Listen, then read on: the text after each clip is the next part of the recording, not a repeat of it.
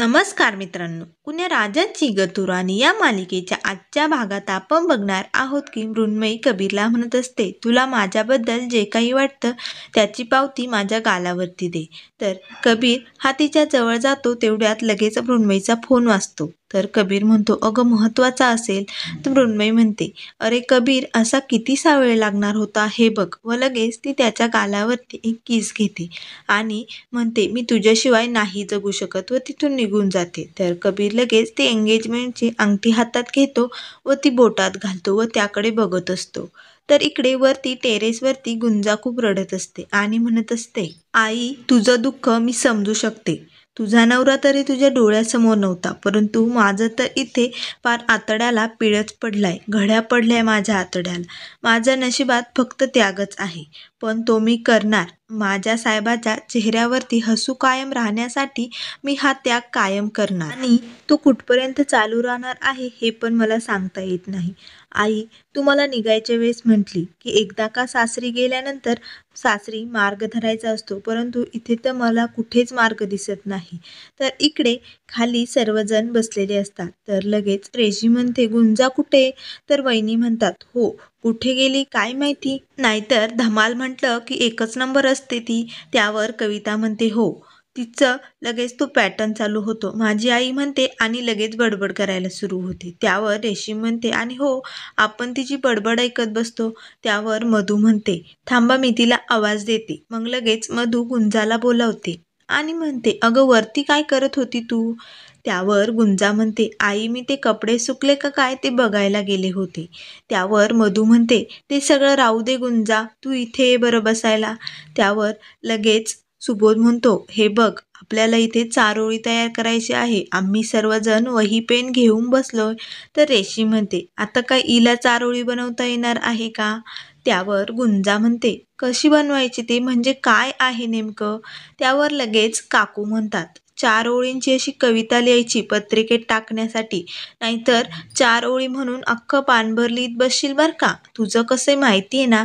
तर सर्वजण खूपच हसतात. तर गुंजा म्हणते, परंतु मला जमेल का हे? मला नाही जमणार. त्यावर लगेच मधू म्हणते, कसं काय जमणार नाही गुंजा, तू हुशार आहे, तुला मस्त लिहिता येईल. रेशीम, हिला एक वही आणि पेन दे बरं, चल. आणि गुंजा तू समोर ये, इकडे ये बसायला आणि माझ्यासमोर येऊन लिही बरं. तर गुंजा म्हणते, नाही मी इथेच ठीक आहे, मी लिहिते. असे म्हणून गुंजा लगेच कविता लिहिण्यासाठी तिथेच बसते. मग सर्वजण कविता लिहायला सुरू करतात. त्यानंतर लगेच कविता म्हणते, झाली का सगळ्यांची कविता लिहून? माझी झाली, आवरा पटकन. आणि मी लगेच भाऊजींना बोलवते, तेच ठरवतील कोणती कविता टाकायची त्यांच्या पत्रिकेत. तर लगेच कविता म्हणते, आता सगळ्यांनी या पाऊलमध्ये कविता ठेवा, मी पटकन भाऊजींना घेऊन येते. मग लगेच कविता कबीरला बोलावते. तर कबीर म्हणतो, हे सगळं काय चालू आहे? माझ्या लग्नात काय झिम्मा फुगडी आणि रासलीला खेळायच्या आहेत का तुम्हाला?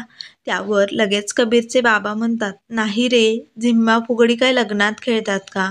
आणि रासलीला तर तुम्हाला लग्नानंतर खेळायच्या. त्यावर लगेच सुबोध खूप हसतो. तर कबीर म्हणतो, हसा हसा, तुम्हाला माझ्यावरती काय हसायचं तेवढं हसा, आता तुम्हाला काय करायचं ते तुम्ही करा. त्यावर कविता म्हणते, नाही भाऊजी, आम्ही कविता लिहिल्यात, परंतु आता तुम्ही ठरवायची कोणती कविता पत्रिकेत टाकायची इथे. मग सर्वजणांच्या कविता त्यात टाकलेल्या असतात. तर लगेच सुबोध कविता वाचून दाखवत असतो. तर पहिली कविता दादांची असते. तर सगळे ऐकल्यानंतर खूपच हसतात. दादांनी लिहिलेलं असतं, लग्नाची कविता, लग्न आहे घरात, लाडूची परात दारात. त्यावर लगेच वहिनी म्हणतात, अशी कुठे कविता असती वय, नाही दुसरी घ्या. मग लगेच सुबोध दुसरी कविता वाचायला लागतो. त्यावर लगेच सुबोध म्हणतो, अरे बापरे, हे सुंदर अक्षर तर माझ्या कविताच दिसतंय, त्यामुळे ही कविता वाचता येणार नाही, ती सादर करावी लागेल. हेच कबीरचे बाबा म्हणतात, ए सुबोध, तुझी कविता बाजूला राहू दे, ही पत्रिकेत काय कविता लिहायची ती वाच. मग लगेच सुबोध हातवारे करून कविता म्हणून दाखवत असतो. तर सर्वजण खूप टाळ्या वाजवतात. त्यावर कबीर म्हणतो, वा वा वा, खूपच छान. तर लगेच कविता म्हणते, अरे सुबोध, किती आगाऊ आहेस तू, का असं वागतोयस? त्यावर लगेच रेशीम म्हणते, हो, लहानपणी असाच आगाऊपणा करायचा आणि आता तुला त्रास देतोय. त्यावर लगेच वहिनी म्हणतात, नाही रे कबीर, असं कसं? सगळ्यांच्या कविता ऐकायला पाहिजेत. आम्ही पण लिहिलेल्या आहेत. त्यामुळे सगळ्यांच्या कविता ऐकल्याशिवाय कविता टाकायची ठरवायचं नाही. मग लगेच सर्वजण म्हणतात, हो, सगळ्यांच्या कविता वाचूया आपण. मग लगेच सुबोध तिसरी चिठ्ठी घेतो. तर सुबोध म्हणतो की आता हे अक्षर डोंगरवाडीकडे वळते. त्यावर मधू म्हणते, गुंजा, तुझी कविता तूच वाच. मग गुंजाची कविता गुंजा वाचायला लागते. आज नदी भेटणार आहे समुद्राला, ती गोरा तो खारा, आणि देव डोंगरोबा आहे आशीर्वादाला, घातला मांडव जाई जुईचा, तुम्ही यावे सोहळ्याला, आणि आशीर्वाद घ्यावा पुढे, मागे सोडा रुसव्याला, जाओ आभाळा पार यांच्या संसाराचा झुला. तर लगेच गुंजा सायबा म्हणायला लागते. त्यावर रेची म्हणते, ए सायबा काय म्हणते, तू पत्रिकेत सायबा लिहिणार आहे का? कबीर म्हण. मग लगेच गुंजा म्हणते, कबीर आणि मृण्मयी यांची लग्नाची बेला. तर ही कविता सर्वांना खूपच आवडते. तर सुबोध म्हणतो, वा वा वा, हीच कविता आपण फायनल करूया, खूपच छान आहे. तर कबीर हा गुंजाकडे बघतच असतो. तर मधू म्हणते, गुंजा, किती सुचतं ग तुला, किती छान कविता तयार केली, एकदम छान, आपण पत्रिकेत हीच टाकू. त्यावर सुबोध म्हणतो, चला आता उद्याच आपल्याला पत्रिकेचा नमुना आणता येईल, आता सगळं तयार झालेलं आहे. तर कबीर मनाशीच म्हणतो, गुंजा, तू त्यात काय लिहिलंय हे सर्व मला कळतंय, तुझं मनात काय चालू आहे हे सगळं मी समजू शकतो. तर कबीर हा गुंजाकडे बघत असतो. त्यानंतर दुसऱ्या दिवशी गुंजा हॉलमध्ये कबीरसाठी चहा घेऊन येत असते. तेवढ्यात बाहेर खूप जोरात फटाक्यांचा आवाज होतो.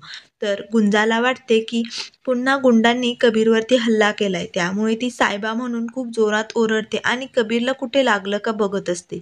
त्यावर लगेच कबीर तिला म्हणतो, अगं, किती ओरडतेस, फटाक्यांचा आवाज होता तो तो बघ, तुझ्या हातातला कप पण फुटला, अशी काय वागतेस? त्यावर गुंजा म्हणते, सायबा, मी फटाक्यांना घाबरत नाही, डोंगरवाडीत मी गोळीबारांच्या आवाजात मोठी झाले, परंतु मला असं वाटलं तुम्हाला काही लागलं की काय. तेवढ्यात मधू आणि काकू तिथे येतात. त्यावर मधू म्हणते, काय झाले गुंजा, किती जोरात ओरडली तू, आमचा जीव किती घाबरून गेला, आणि हा कप कसा काय फुटला? त्यावर वहिनी म्हणतात, हो, झालं एक नुकसान, आम्हाला तर सवयच लागली नुकसान सहन करून घेण्याची.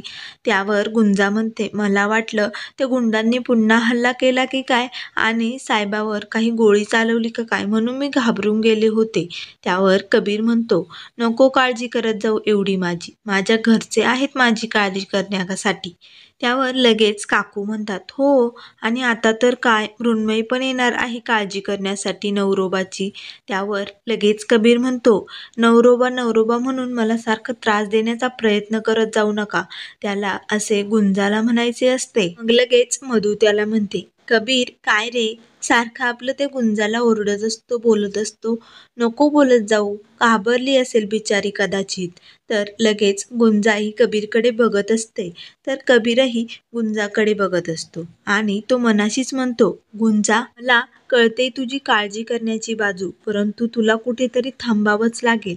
तर तेवढ्यात लगेच माया, सर्वेश सर्वजण आलेले असतात. तर मायाने तिच्याबरोबर तिचा भाचा रोहन पण आणलेला असतो. तर लगेच मधू रोहनची ओळख सगळ्यांबरोबर करून देत असते. मग मधू त्याला म्हणते, रोहन, कसा आहेस तू, कधी आला, अशी विचारपूस त्याला करत असते. तर लगेच रोहन म्हणतो, ठीक आहे. तर माया म्हणते, ठीक आहे, बैस बैस, काही नमस्कार वगैरे करण्याची गरज नाहीये, असे रोहनला म्हणून त्याला तिथेच बसवते.